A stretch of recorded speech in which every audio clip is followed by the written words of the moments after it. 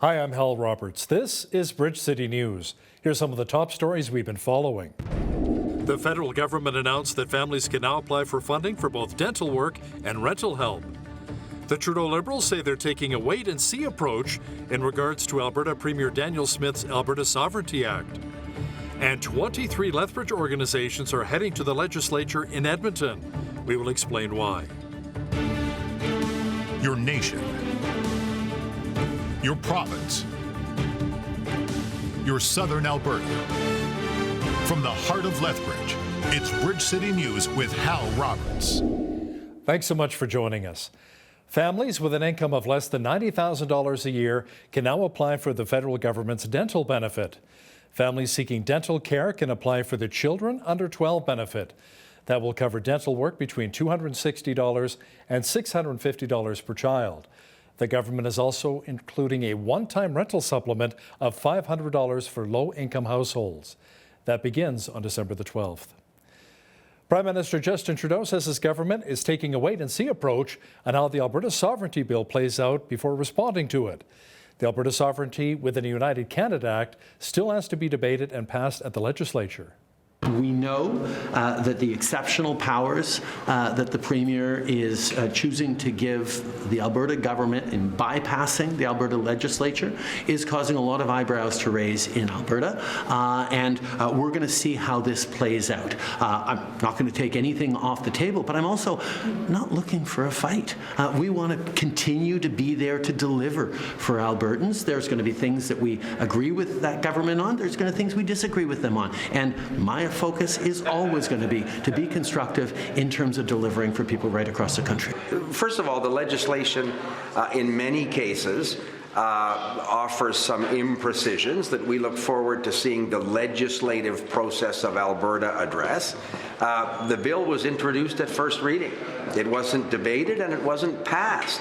So I think before people start talking about challenging laws, I'm not even sure it's constitutional to challenge a law that hasn't been passed.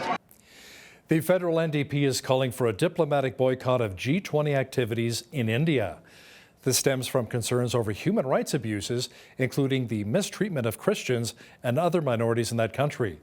NDP Foreign Affairs critic Heather McPherson says something needs to be done and that the Indian government needs to be held to account. Earlier this week, the Canadian government released its new Indo-Pacific strategy, which places India as a key player. And while we welcome the strategy, albeit late, we do welcome that it has arrived. We believe Canada has an important role to play in ensuring that states with which we engage and with which we hope to further develop relationships with have similar human rights values. The growing number of anti-Muslim and Islamophobic hate crimes and those towards minorities, including Muslims, Sikhs, Christians, Buddhists, LGBTQ2+ and community, women and Indigenous peoples, is appalling and it is unacceptable. New Democrats are calling on the government to strongly condemn India's discriminatory anti-minority laws, its threats of ethnic cleansing, the persecution of minorities and the arrests of journalists and human rights activists. Today is World AIDS Day. It's a day government officials say is meant to learn more about HIV and AIDS and how to protect yourself and others. Officials say millions of people have died of HIV or AIDS-related illnesses around the world. Alberta Health Minister Jason Copping says what's most dangerous about the virus is that someone can have it and unknowingly spread it to others. There is no cure for HIV infection, but when detected early and with treatment, many people are able to live long and active lives. Antiretroviral therapy can slow down and sometimes stop the progress of the virus. And it works by lowering the viral load so that a lab test can no longer detect HIV. And with an undetectable viral load, overall health improves and the virus can't be spread to others. According to Stats Canada, with advancements in medicine, only 4 out of every 100,000 Canadians died from HIV in 2020.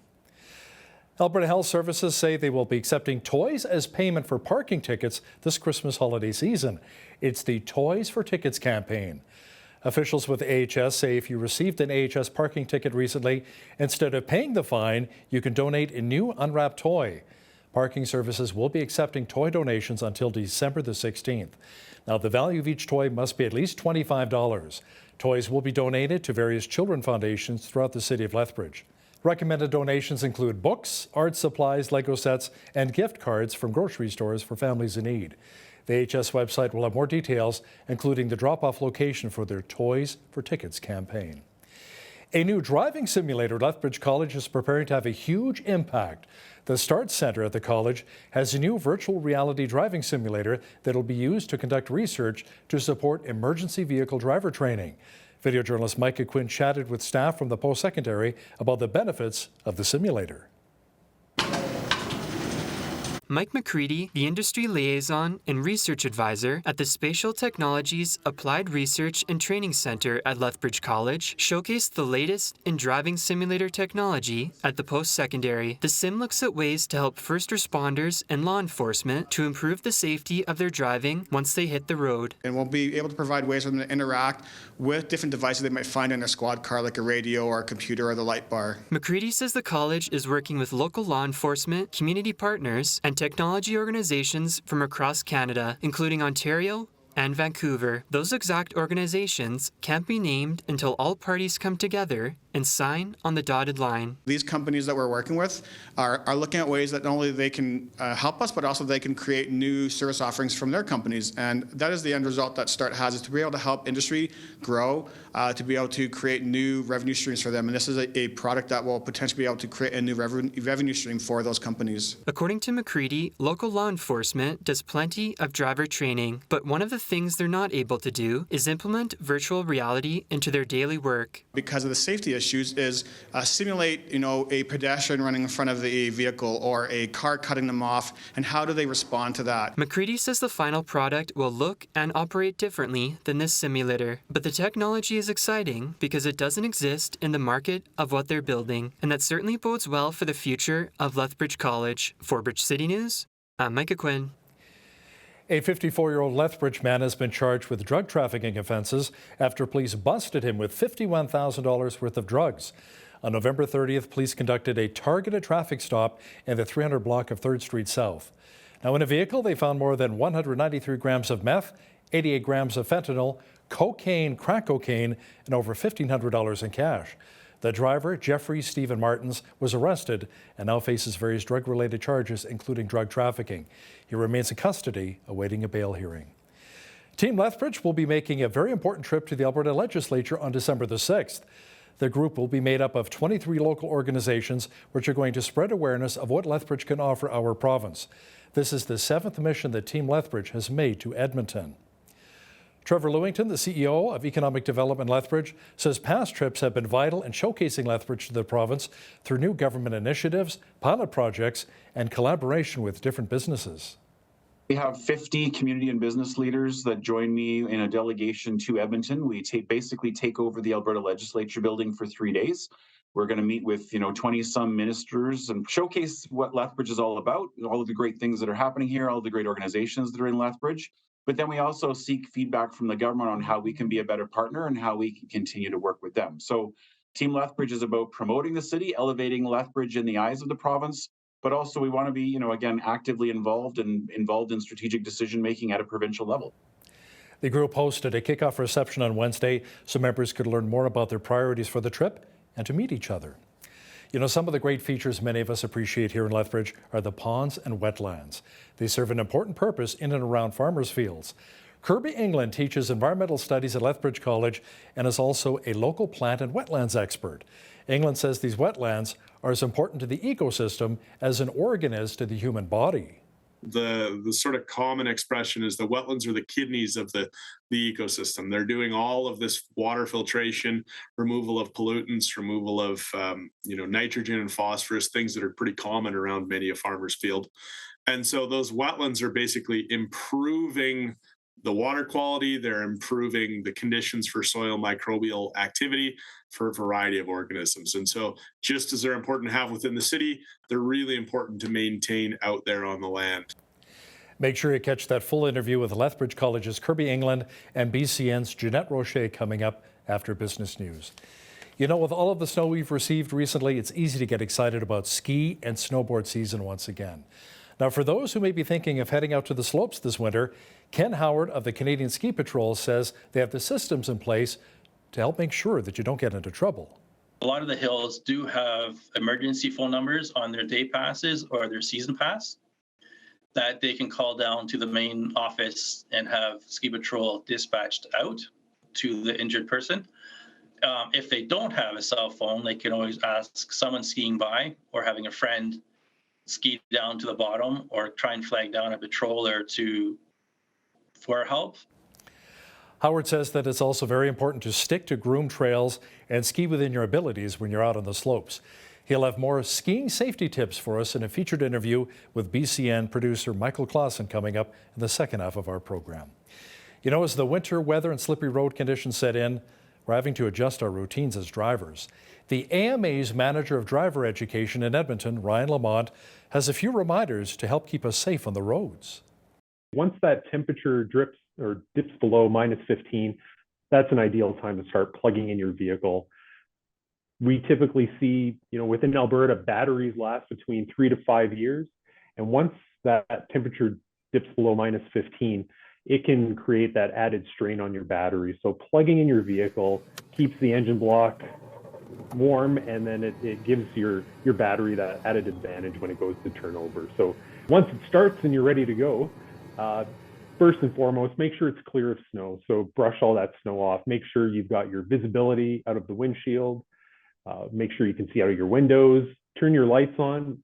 Make sure those are working as well too, so that while you're clearing off the vehicle so that you can see other motorists, you want to ensure that other motorists can see you as well too. Lamont adds that studded winter tires can provide an added feeling of safety during the slippery winter conditions. The BC government is reviewing the best way to deploy resources ahead of Friday's next big snowfall to hit the Greater Vancouver area. Officials are examining what happened Tuesday when a huge storm blanketed much of BC's southern coast. Up to 25 centimeters of snow fell, leaving drivers stranded in their vehicles for 12 hours. Others simply left their vehicles abandoned in the snow. Officials say drivers went home early when the snow began to fly, creating huge congestion on the roads. There were also a number of crashes which closed the Alex Fraser Bridge, which is a key commuter route. BC Hydro has also restored power to almost 93,000 customers who lost power during that massive snowstorm. A portrait of former Saskatchewan Premier Brad Wall was unveiled at the provincial legislature. Wall served as the 14th Premier of Saskatchewan from November of 2007 to February of 2018. He's the fourth longest tenured Premier in the province's history. Wall chose artist Phil Richards to paint him. Richards also did a portrait of former Ontario Premier Bob Rae and the official Diamond Jubilee portrait for Queen Elizabeth II. Ontario Premier Doug Ford announced that his province is investing $9.4 million in accelerated critical care nursing programs at a number of colleges throughout the province. Ford says supporting healthcare is critical right now. We rely on our healthcare workers so much, and we're doing whatever it takes to ensure they're supported. That includes expanding Ontario's health workforce. It includes the largest expansion of medical school spots in a decade. It includes giving personal support workers a permanent raise. And it includes hiring thousands of more nurses. South of the border, jurors in Ohio have convicted a man in the killings of 8 people. George Wagner IV was found guilty of all 22 counts he faced in the 2016 shootings of 7 adults and a teenager from the Roden family in Pike County. It says, we, the jury, find beyond a reasonable doubt that the defendant, George Washington Wagner IV, is guilty of aggravated murder as charged in count 1 of the indictment. Canada played its third and final game at the World Cup in Qatar, losing 2-1 to Morocco. Canada went winless in the tournament, but for the first time ever, scored a couple of goals. That was something to celebrate. Canada was playing for the win, hoping to bring back at least one victory from the World Cup after losing to Croatia 4-1 on Sunday, eliminating Canada from the knockout round. Canada will be co-hosting the next World Cup in 2026, along with the United States and Mexico. Can't wait. Foreign Affairs Minister Melanie Joly says international bodies need to maintain a united front against Russia's invasion of Ukraine. Moscow has been trying to block activities by the Organization for Security and Cooperation in Europe. It's one of the last forums where Russia and the West have diplomatic relations. At a recent summit in Poland, Jolie says the 57-member bloc should not lose faith in Ukraine. We will make sure that we continue to support Ukraine through tough winter months, and at the same time, we'll make sure that the Putin regime is held accountable. Of course, we now know that the Ukrainian flag is now flying over Kherson, and will continue to support Ukraine until it flies in every city of the country. Now, Canada also just launched recently its Indo-Pacific strategy, which includes also its China framework. And so I look forward to talking with my colleagues and amongst allies about this new strategy. Winter is just around the corner for many of us here in North America, but also for the people of Ukraine. There are more reports of Russia bombing Ukraine's power grids and heating infrastructure. Now, in response, Great Commission Media Ministries has been dishing out hundreds of wood-burning stoves to families who need them for both heating and cooking. Winter is coming to Ukraine. Russia has bombed Ukraine's power grids and heating infrastructure. To survive this winter, thousands of families, mothers and children need a heater. In response, Great Commission Media Ministries has been distributing hundreds of families with wood-burning stoves for heating and for cooking. But they say thousands more are needed in order for those devastated by the war to survive the upcoming harsh winter months. And to help them reach this goal of saving lives, the ministry has launched a Christmas campaign calling for people to sponsor one wood-burning stove for one family in Ukraine. Peter Wooding for the Global News Alliance. The wood stove can make such a difference. Wonderful to see. It was on this day that former Russian communist official Sergei Kirov was assassinated in Leningrad. Beatlemania hits North America, and actor-director Woody Allen was born. This is Today in History for December the 1st.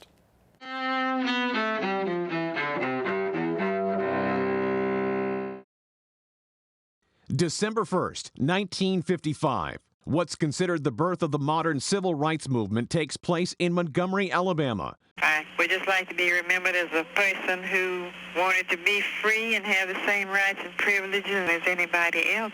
Rosa Parks, a black seamstress, is arrested after she refuses to give up her seat to a white man on a city bus. Her arrest sparks a successful year-long boycott of the buses by blacks, led by Martin Luther King Jr. 1934. In what's then the Soviet Union, communist official Sergei Kirov is assassinated in Leningrad, what's now St. Petersburg, Russia. Kirov was an associate and potential rival of Soviet leader Joseph Stalin, who conducts a massive purge following the murder. 1963.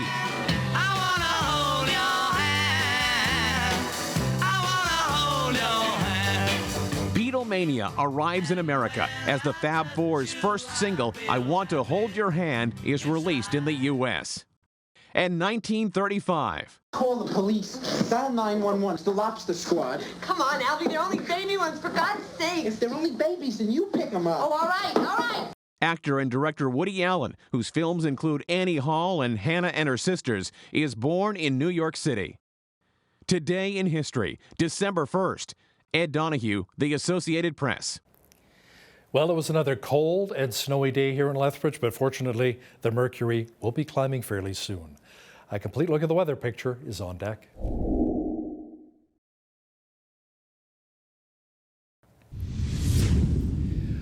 We saw up to 4 centimeters of the white stuff again today across much of southwestern Alberta. Tonight, make sure you plug in your vehicle. There's a chance of more flurries developing with a low near minus 27 degrees. Friday, it should be mainly sunny with the mercury climbing to minus 18.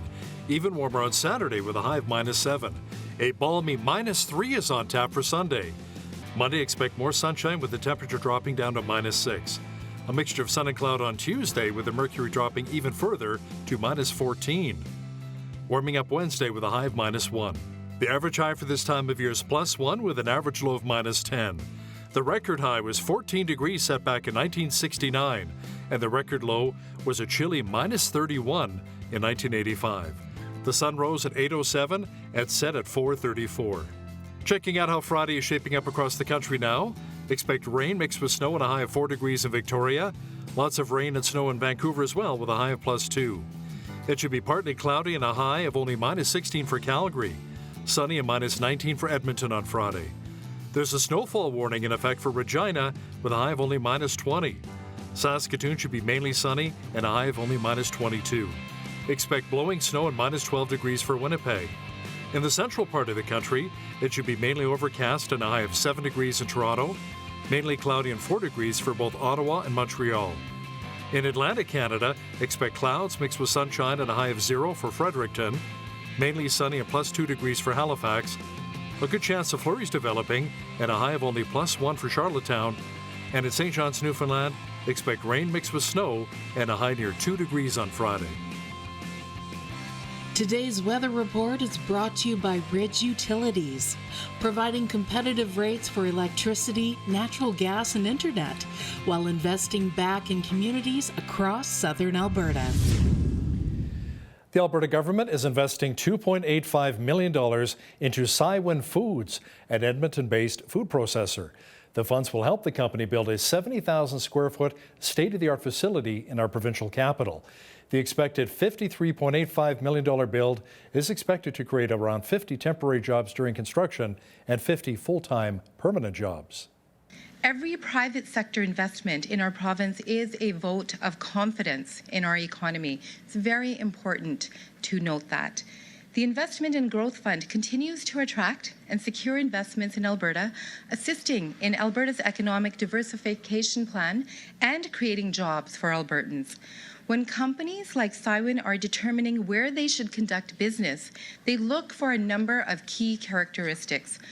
They want to invest in a jurisdiction that values and actively supports free enterprise.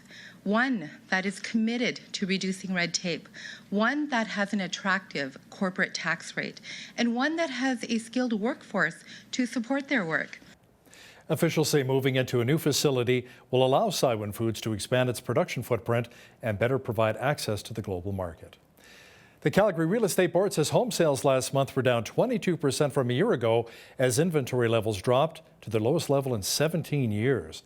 The board, however, says sales are still on track to set a new record this year as they remain around 10% above last year's record high. It says the year-to-date sales growth is mainly due to a surge in condominium and townhome sales. The board says the benchmark price was up 9% year over year to just over $520,000. The free trade agreement between Canada and the European Union is a step closer to reality after being ratified in Germany. The pact, known as CETA, was originally signed in 2016 but needed to be approved by all EU nations to come into effect. German lawmakers voted 559 to 110 to approve the pact after the country's highest court rejected complaints against the agreement last spring. A member of Chancellor Olaf Scholz's three-party coalition says they're optimistic that the remaining 11 EU nations that still need to ratify the deal will do so quickly. Now, here's a look at today's markets. The TSX was up 72 points on the day to finish at 20,525. The Dow was down 194 points to 34,395. The S&P 500 was down 3 points on the day to 4,076, and the Nasdaq was up 14 points to 11,482. West Texas Intermediate Oil was up 67 cents to 81.22 US per barrel. Natural gas was down 19 cents to 6.74 US. Gold was down 4 cents to 18.0306 US an ounce. Silver was down 4 cents to 22.72 US an ounce. Feed wheat is at $12.63 per bushel, barley's at $9.79, canola's at $18.61, and corn is at $11.61 per bushel. Live cattle were down 3 cents to $153.05. Feeder cattle January contract is up 60 cents to $181.08, and lean hogs were up 23 cents to $83.13. The Canadian dollar was up slightly over the past 24 hours to 74.47 US.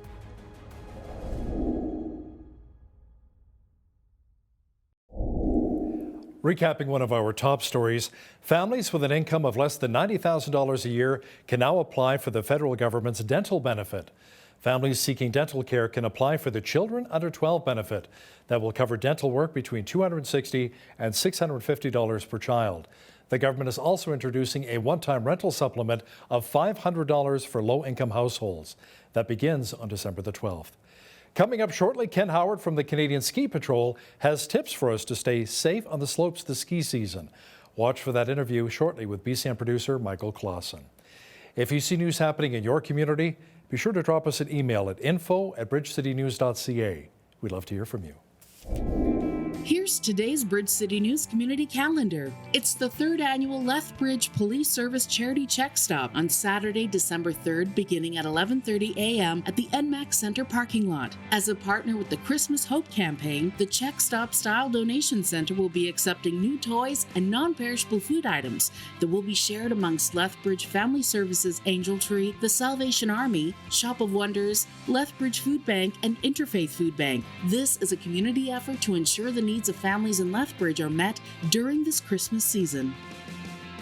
Celebrate Recovery is a Christ-centered recovery program for any hurt, hang-up, and habit. This group meets Friday nights at Park Meadows Baptist Church. The evening begins at 7 p.m. with a large group session, followed by small groups at 8 with coffee and dessert at 9. For more information, visit celebraterecovery.ca or call Park Meadows Church office at 403-327-4422.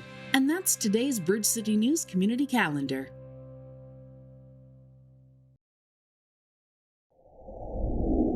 Well, it is that time of year. Ski resorts are now starting to open across the country, and enthusiasts are hitting those beautiful white powdery slopes.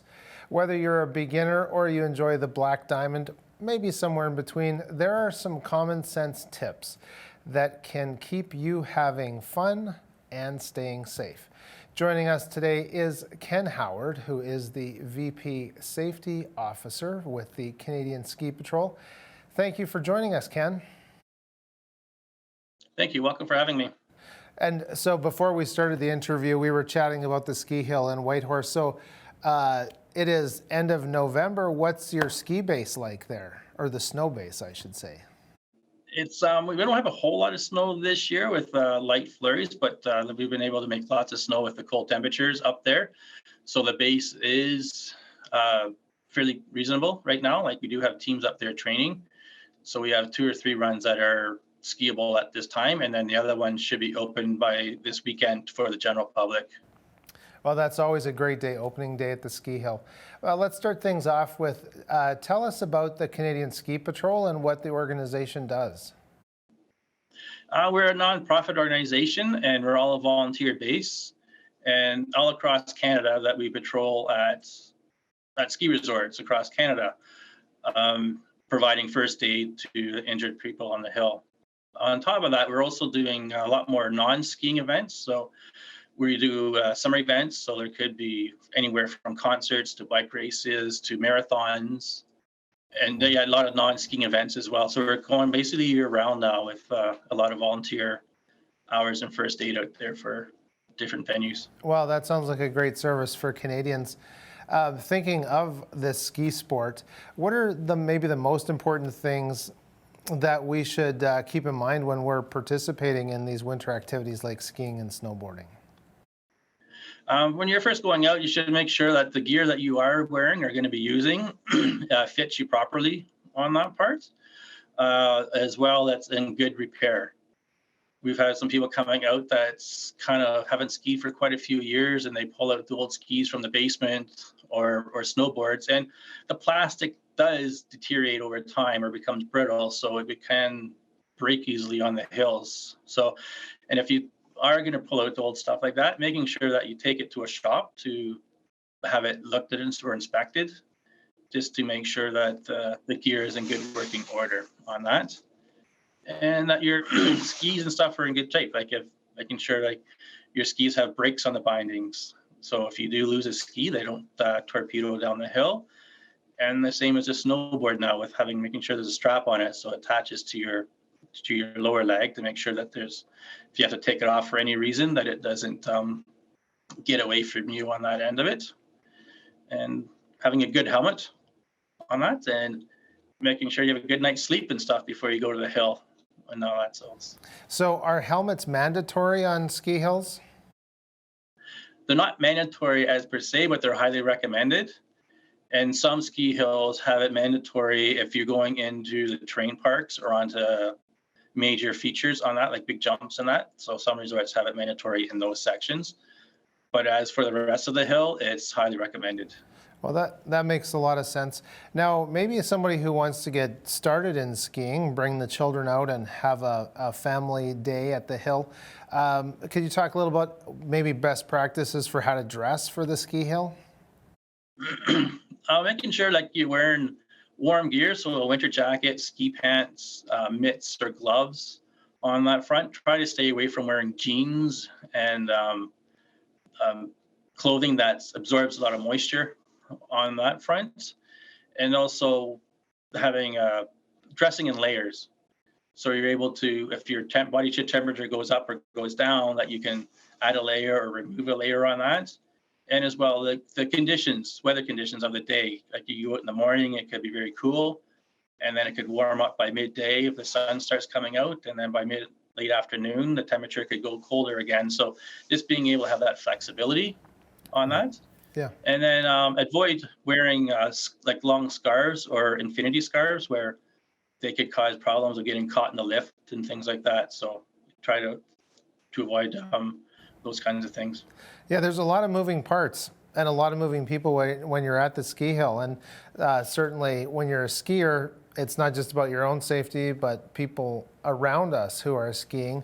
Can you talk this would be maybe for someone that's new to the sport, maybe talk about slow zones and watching out for your fellow skier? Yeah, so if you're going to a new hill, it's looking at the map systems and seeing what hills, because they're all with, like you mentioned earlier, black diamonds to green runs to blue runs. So making sure that you're skiing within your ability on that and not getting caught into a situation where you're not going to be able to make it down the hill safely on that.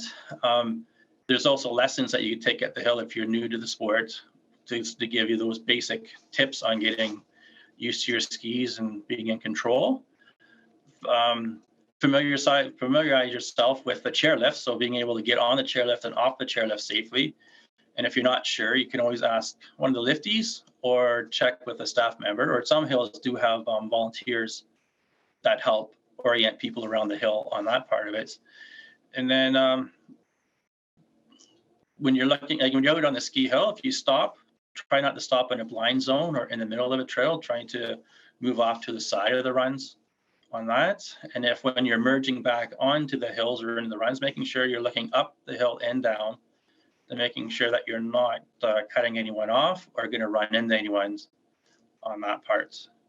And try and refrain from smoking and consuming cannabis or alcoholic products during the day. Like wait till the end of the day to kind of get into that end of it, just to be safe and good for your free mind for you on the hill. Yes, absolutely. That making sure that you're almost entering a freeway, kind of look both ways before you cross the street, that kind of idea. So let's talk about the actual sport. I know my favorite winter sport is downhill skiing. Do you have a preferred type of skiing? Mine is downhill skiing. My prefer. I have done Nordic, but Alpine is my forte and go-to on that part. So it's enjoyable sport. Yeah, absolutely. What about backcountry skiing? Does your organization have tips for those people that are a little more adventurous? For anything along those lines, making sure that you're avalanche aware, knowing where you're going, having all the proper gear for backcountry, so your avalanche beacons and your probing poles, watching the weather, and talking to people out there, making sure that if you are going into backcountry, that you are being safe out there. So in your work as the volunteer rescue force on the hill, what are some of the common injuries that you may come across in a typical day? For skiers, it could be like your like we call it a boot top fracture or break. So it's a twisting motion where because your ankle and foot is kind of stuck in a boot, so the twisting top will be a break right above the top of your boot line on those, or twisting in the knees for skiers. And when you get into more snowboarding, it's more the shoulders, dislocated shoulders or fractured collarbones, wrists. That's the way you fall, you stretch more on that part. And then with some of the resorts and hills getting more and more bigger features and jumps, some of the injuries now are becoming more impact injuries, so fractures on the heels because of the impact of the landing, or lower back compressions, things like that. And the big one as well is concussions. So just hitting the ground a little too hard, or over jumping or overcompensating and losing that balance. Yeah, there's definitely the injuries, I'm sure, run the gamut of what can happen. And I'm sure social media and other videos of things just kind of play into people becoming overwhelmed in some instances. Are there ways that you would recommend maybe injuries could be avoided or mitigated?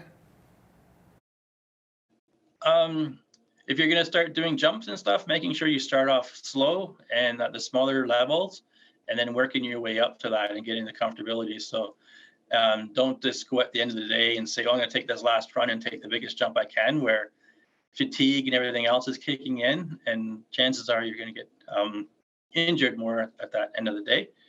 And just work your way up to stuff. Always skiing in control, so that way you're in control, that you'll be able to stop in time of avoiding anything on that front. Yeah, that makes sense. So if a skier is hurt, what's the best way for them to call for help when they're at the resort? Well, nowadays with social or cell phones, everyone pretty much carries a cell phone on that. So a lot of the hills do have emergency phone numbers on their day passes or their season pass that they can call down to the main office and have ski patrol dispatched out to the injured person. If they don't have a cell phone, they can always ask someone skiing by or having a friend ski down to the bottom, or try and flag down a patroller for help. And if possible, have someone stay with that person, the injured person as well, just to reassure them and just stay with them, not do any first aid with them, but just a body to be next to them, just to keep kind of talking to them and keeping them calm, and ask them not to move, just because they're not sure what the injuries are. It's great just to have first aid as a practice and part of our lives of having that course. But if someone's maybe more interested in the work that Canadian Ski Patrol does, is there a way to get involved in training courses? So there's our website. So there's the www.skipatrol.ca, where they can go on there and go into, if they look on the join section, they can see what the Ski Patrol is about, how to join, and then click on the zones that fits for their local zone area, because all across Canada, like I mentioned, there's different divisions and zones, and they'll be able to set you up with a zone that's closest to you to sign up and register into patrol, or you can send an email as well, let them know that you're interested in becoming a patroller or trained in first aid, because it could be winter events or summer events now on that front, and then go from there. Well, that sounds really interesting. And just before you go, I wanted to ask you just to talk a little bit about the ski hill where you are in the Yukon. You were mentioning that there's teams that are actually already doing their race training. Is that correct? Yes. So during the month of November, from early November to usually the first weekend of December, we'll have ski teams come up from all across Canada to do training. So it could be alpine to giant slalom. We have freestyle teams up here on that front. Sometimes we have the Paralympic athletes come up as well doing the training. This year we actually held the first FIS ski race up here. So we had teams from places from around the world on that. And then this weekend coming, we have the Canada Cup freestyle competition going on. So with the big air and freestyle competition. So it's a good resource for the hill, bringing up more teams, and it's a good resource for the community as well, because they're coming up here, staying in the hotels, and a good way for our hill to be open to the general public, usually by the beginning of December.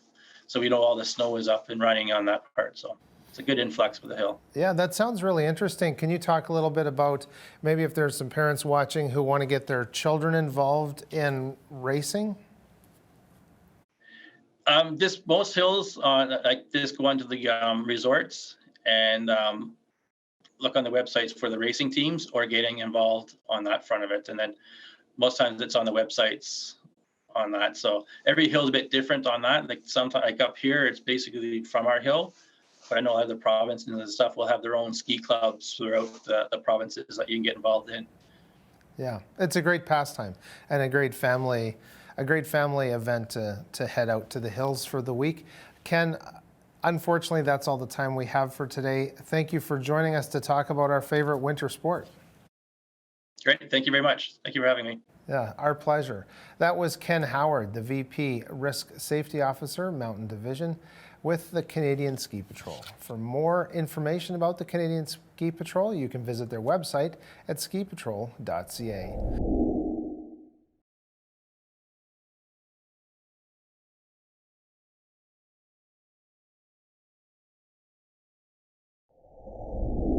The city of Lethbridge has many wonderful parks and natural areas. One of the great features that so many of us appreciate about these natural areas are the ponds and the wetlands.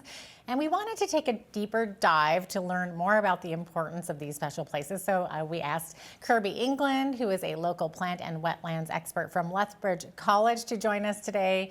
Kirby, welcome to Bridge City News. Great to have you on. Thanks, Jeanette. Appreciate it. Okay, so in addition to being on the faculty at Lethbridge College, you teach environmental sciences, right? So part of your biography also says that you're a riparian analyst. So maybe explain to our viewers what that is and what you do. Sure. So that's a little bit of an older title, but I'll run with it. Sure. A riparian area is basically that transition between an aquatic ecosystem and a terrestrial ecosystem. So in Lethbridge, we're home to, I think, North America's third largest river valley park, which is pretty impressive. And because we're home to such a large river valley park, we're home to a huge amount of riparian area. And so as a former career of mine was as a riparian analyst with a group called Cows and Fish, which is, of course, sort of founded in Lethbridge, and many Lethbians will know well, or Lethbridgeans, I suppose. Yes, exactly. You'll know which one is correct. And so, yeah, I've kind of went on from that. I'm still a riparian area and wetland ecologist here at Lethbridge College, and also for my own environmental consulting firm, which is called Ubetula Environmental. Well, then you would be the perfect person to ask this question to. Why are the natural wetlands that we see in the community parks around us, why are they so important? Yeah, well, we should step back ever so slightly there. Few of the wetlands in many of our community parks are actually natural. There are a few, certainly along the river valley, some that were sort of formed by more natural processes. But a lot of the wetlands that we do have in the city of Lethbridge are engineered wetlands or designed wetlands, which is fine. It's sort of a benefit of having irrigation in the district, as there's all of this extra water to go around. And those wetlands play really important roles with regards to that water. They do lots of water filtration, extra water storage, and then, of course, the part that we can appreciate when we go to those spots is the huge amount of biodiversity that we're going to see there. So all of the birds that take advantage of the wetland, fish in some of those systems like Nicholas Sharon and Riverstone Pond near where I am. And then, of course, all of the beavers and muskrats and everything else we sometimes see in our city of Lethbridge. Yeah, definitely. So can you maybe compare those with the importance of wetlands in and around a farmer's field, for example? Definitely. So in both cases, the sort of common expression is the wetlands are the kidneys of the ecosystem. They're doing all of this water filtration, removal of pollutants, removal of nitrogen and phosphorus, things that are pretty common around many a farmer's field.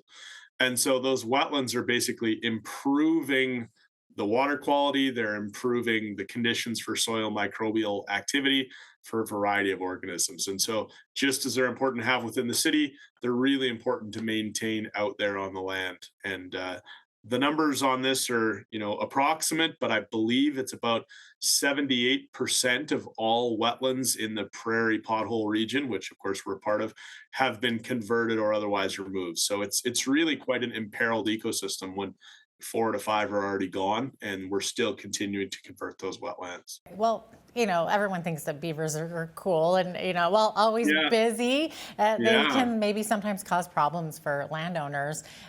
Do we have beavers closer to Lethbridge? I believe I've seen at least a couple. You certainly have. Yeah. So one of the things we just did this last fall as part of some work with the city of Lethbridge was a sort of active lodge survey. And the numbers may have changed slightly, and hopefully I'm okay releasing this data, but we had around 15 active lodges sort of entirely along the river within the city of Lethbridge. So, you know, you put it at around 5 beavers on average in each of those lodges. And, you know, we may have anywhere from, say, 60 at the low end to 80 at the high end, or 90 at the high end, but 75-ish beavers in and around our river valley. And many folks, of course, have seen them. And you know, a real highlight in this city is the high level bridge, of course. And a real highlight for me as a beaver researcher was to find a beaver colony right up against one of the big cement buttresses of the high level bridge, and living basically right on the downstream side of that. And did you find it? Well, yeah, I mean, I wouldn't say I was the first. And certainly when you're telling folks you're looking for beavers in the city, they're always going to say, oh, I know this lodge, I know this lodge. And so, but we did confirm, you know, as of mid-October at least, that beavers certainly had built a good food cache there, meaning they're going to try and overwinter in that spot. So those Lethbridge folks who want to get out and see beavers, head down to the Helen Schuler Nature Center, take your trail network out to the riverbank, and you'll see that big, impressive beaver lodge right on the back. Sounds awesome. And speaking of Lethbridge folks that want to get out and about, do you have any favorite natural areas around the city that would make for a great weekend afternoon visit that you could recommend?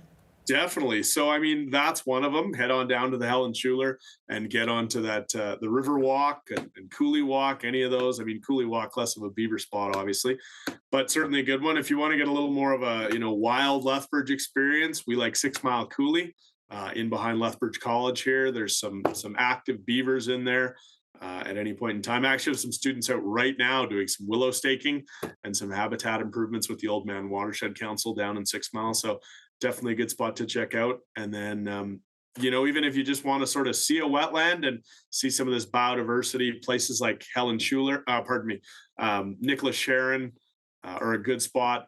Nice trails. You know, you're going to get the full treatment there. Wow. Okay, so switching gears from beavers to Sure. Let's talk about cattle. So while doing some research for this interview, my producer found that there were studies done using cattle grazing and native plants to regenerate wetlands areas down actually in Nevada. So that group seemed to have a lot of success in bringing the wetlands back to that part of the state. So have you done any similar research on the benefits of grazing cattle around wetlands in southern Alberta?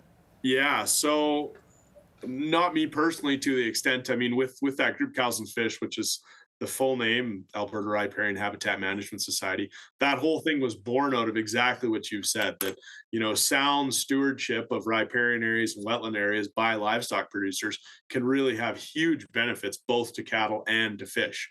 And of course, fish thrive on aquatic ecosystems.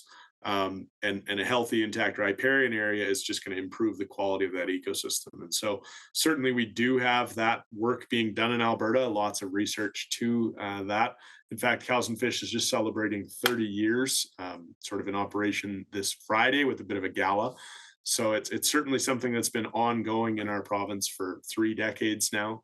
Yeah, I don't do as much in terms of direct benefits of grazing. It's not so much the, you know, cattle going in there and chewing down vegetation per se that's going to improve your wetland or your riparian area, but it's following those principles of range management and sort of managing with ecosystem function in mind that will improve overall quality. And that's what they've shown down in Nevada and elsewhere.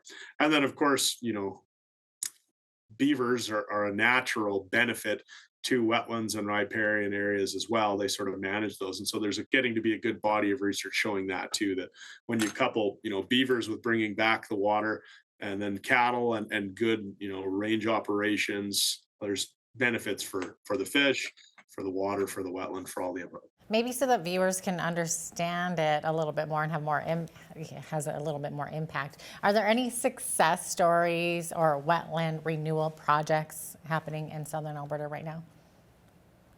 Yeah, lots. Sorry, putting me a bit on the spot with that. Okay. So one of the things, if you want to check out on actually the Cows and Fish webpage, is basically what they call demonstration sites. So there's been a number of ranchers in southern Alberta that have seen sort of the benefits of sound riparian management, and they've presented themselves as demonstration sites. So they've kind of led the way. And I could quickly look a couple up. I'm just Ellerts would be an example, and others. And then through the Old Man Watershed Council, one of the things they regularly do is host field tours and other things, and they get people out to see projects where they've done wetland and riparian area restoration, and basically showcase the success of those efforts there. So either of those organizations can sort of point you in the direction of lots of really well done riparian and wetland improvement and stewardship projects. Now, Kirby, what important function do the wetland plants and animals do in the winter? Well, I mean, basically survive until spring when they can do it again. Just like all of us. Yeah, just like all of us, exactly. Try not to die. And, there's still, of course, the biodiversity benefit to all those native species that don't migrate, that stay here over the winter. Plants, even when the above ground vegetation is mostly dead, still have that root mass that's holding that soil together. So preventing erosion, preventing, sedimentation into the channel, kind of catching things that would otherwise wash into those wetlands. So they're still playing that benefit. And then, the wildlife species are still a part of an ecological community. So prey for predators and likewise predators to help manage prey populations and nutrient cycling and all those sorts of steps that never stop. For sure. Okay, so let's talk about another field that you specialize in, and that would be plants. So what made you want to research and study plants? Well, eyesight mostly. So I was going to be a wildlife biologist, and I start working, on a grizzly bear project. Well, that was fine. I could see bears and do that work. But then we're out there looking at birds, and what's this brown thing that just flew by? And somebody goes, "Well, that's a so-and-so." I go, "I didn't get that. I tell you, it's a little brown bird."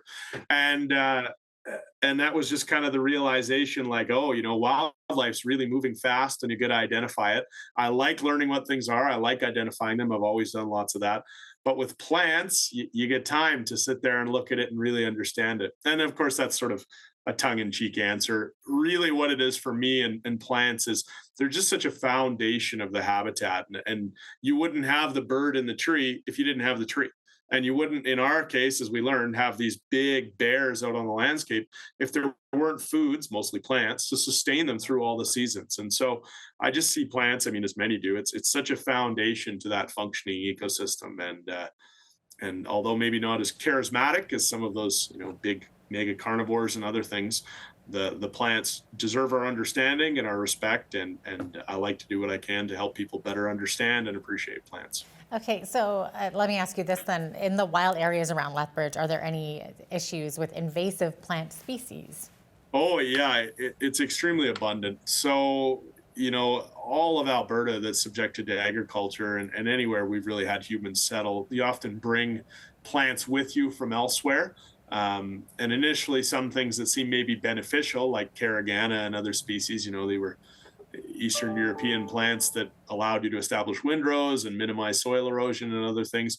Over time, they just sort of grew unchecked, and now they've invaded and displaced a good number of native species. And so, yeah, we've got a good number of invasive plants of all life forms. Trees like Russian olive, shrubs like caragana. It's just a long list of weeds. Pennycress and many others, kind of some of the thistles, and then even grasses, downy brome, which gets called cheatgrass. It displaces native grass communities and cheats everybody on the rangeland, doesn't have much for forage value. And, in the United States and elsewhere and in Canada too, we've lost, hundreds of thousands and millions of dollars, hundreds of thousands of acres and millions of dollars in lost revenue just by losing ground to some of these invasive species. So it's a major concern in this part of the world. Okay, well then, Kirby, it looks like we are about out of time, but thanks so much for the conversation. Always great to open our eyes into a broader view of a world that we don't necessarily live in. Yeah, no, you do live in it, definitely. And I'm always glad to share some of this information. And for anybody interested, of course, we're here at the college. We're happy. Lots of the plants and other things we've talked about are on display in some of our collections, which are open to the public. So definitely come check it out anytime. Always happy to do these sorts of interviews. Take care. That was Kirby England, a professor and floral and wetlands expert from Lethbridge College. I'm Jeanette Roche on behalf of all of us here at Bridge City News. Thanks so much for watching.